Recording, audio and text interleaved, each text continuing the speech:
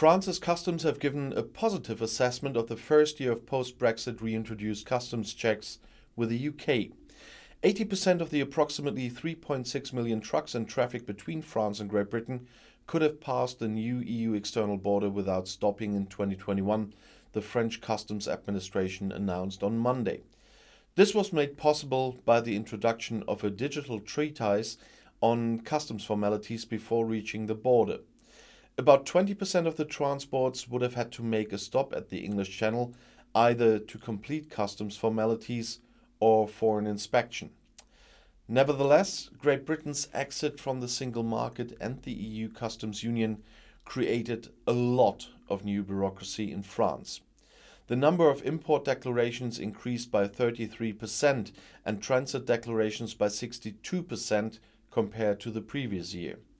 In addition, 6.5 times more export declarations had to be processed for goods that left the EU via France. According to the authority, the majority of trade is carried out via the Channel Tunnel and the ports of Calais and Dunkirk. Amid concerns about a military escalation by Moscow on the Ukrainian border, the chairman of the Foreign Affairs Committee in the British Parliament has called for a crackdown on Russian money laundering in London. For decades, Russian companies have used British markets to fund the Kremlin, Conservative MP Tom Tugendhat wrote on Twitter on Sunday, adding, "We have done nothing to stop this. Instead, we have threatened vague sanctions against individuals whose capital is hidden and who have more than enough to absorb a loss here and there." Among other things, he called for Russian companies to be banned from the country and for relatives of members of the Russian leadership to be expelled. In addition, the capital invested in Great Britain by Russian government employees whose lifestyle is not compatible with their salaries should be disclosed, according to Tugendhat. A committee report in 2018 concluded that London was not doing enough to stop corrupt Russian politicians from laundering money on the UK. It has become that the Conservative governing party in Great Britain has benefited greatly from party donors from Russian businessmen for years. At a meeting in London last week, defense ministers of Poland and Britain, Mariusz Błaszczak and Ben Wallace, discussed the situation in Ukraine, as well as the threat posed by Russia and attempts to destabilize the entire region. Britain pledged more troops to help. 350 additional soldiers will be sent to Poland, said Błaszczak. They will reinforce the already existing 100 technical troop soldiers who, together with Polish soldiers, protect the Polish-Belarusian border. Poland and the UK stand ready to deter the aggressor from further action through the policy of deterrence. The Polish minister thanked Britain for its continued support. "We are grateful for the British government's quick response when Poland was attacked by the Lukashenko regime. The hybrid attack is still happening. We appreciate the presence of British troops on Polish territory." Other points of discussion were the next stages of military cooperation between Poland and Great Britain, and here in particular, the development of the Polish army's capabilities in the field of armaments and cybersecurity. In November, we signed a memorandum of understanding in Poland on cooperation in the field of short-range anti-aircraft missiles. Now we are working on preparing the letter of intent for this cooperation. We are on the right track to finalize this type of cooperation, stressed Błaszczak. We also talked about cybersecurity. My delegation also includes the commander of the Cyberspace Defense Forces, which have only just been created. We are open when it comes to sharing experiences. Cyber threats know no borders, so cooperation in this area is of a great benefit to our two countries. I was just a bit surprised that they just installed a cyber unit there. Even here in Germany, we have that for quite some time, and my government is not so good in the internet. But Wallace added, "I would like to thank Poland and the Baltic states for taking the decision together with Great Britain to seek more solidarity with Ukraine, to work with Ukraine and not just talk about it, but also to act, for example, through joint exercises, training or arms deliveries." Intel is founding a new development team in the UK dedicated to the further development of energy-saving graphics architectures. According to a job posting, Intel states, "We are building a brand new team in the UK solely focused on the best-in-class low-power GPU architectures and designs to enable the next generation of portable computing." The new team will be based in Intel's Swindon office, which is 80 miles west of central London. The company must have chosen the location strategically because the GPU designer Imagination has its branch 130 kilometers away by car, and ARM's headquarters are further 85 kilometers away by car. ARM not only develops the CPU architecture for the same name, but also Mali GPUs. Both ARM's Mali and Imagination's Power VR GPUs are primarily found in systems on chips for smartphones and tablets. If Intel can poach some engineers, that would be a good basis for a new team. So far, Intel has been designing various offshoots of the Xe architecture, including a low-power version for integration into processors.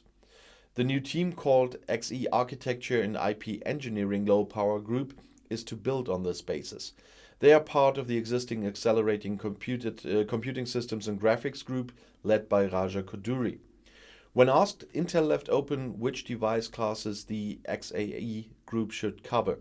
A focus on ultrabook processors seems likely, though.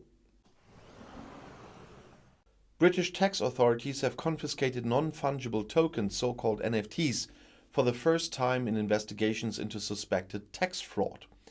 In addition to these proofs of authenticity, which legal digital objects can be marked as originals and made into collector's items, cryptocurrencies worth the equivalent of almost 6,000 euros have been seized, said Nick Sharp, Vice Director of Economic Crime at Her Majesty's Revenue and Customs on Monday. The value of the NFTs has not yet been determined. "We are constantly adapting to new technologies and keeping up with the criminals and tax evaders' attempts to hide their belongings," Sharp said. In the current case, the damage to the tax authorities is reported to be the equivalent of almost 1.7 million euros. 3 people were arrested as part of the investigation. Enercon has announced that it has signed a wind turbine supply agreement with utility Ørsted.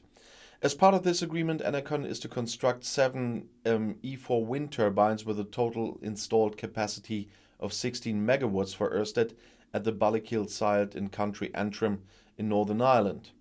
Power from the Ballykill wind farm is purchased from a major powerline retailer under a fixed-priced corporate power purchase agreement. This is the first contract of its kind in Northern Ireland. Erection of the Enercon wind turbines in Ballykill is scheduled to begin in October 2022. The site is scheduled to go into operation in 2023. In addition to the supply contract, a maintenance contract was agreed for 20 years. According to the company, 670 Enercon wind turbines with an installed capacity of over 1.4 gigawatt are already turning in the Irish wind and producing clean electricity for the island. The company's market share is currently 21%, and they are confident of being able to further increase this number in the coming years, according to Enercon. The number of registered electric vehicles is increasing. While there were just under 200,000 vehicles in 2012, the number is now increased almost 50-fold to almost 11 million in 2020. In Germany, there are around 517,000 vehicles that are purely electrically operated. The current government plans to have between 7 and 10 million electric cars registered by 2030. All of these vehicles require charging current. To do this, the necessary infrastructure must be created and the power grid must be designed for this load. Is there a risk of the electricity grid collapsing if too many vehicles are being charged at the charging stations at the same time? Or can the network handle these amounts without any problems? Of course, the increasing number of electric vehicles also puts a strain on the power grids. It is comparable to an apartment. The more devices that are started up at once, the more power is consumed until it reaches the point where the fuse blows. It is similar with a power grid. The more consumers are switched on, the more energy is required.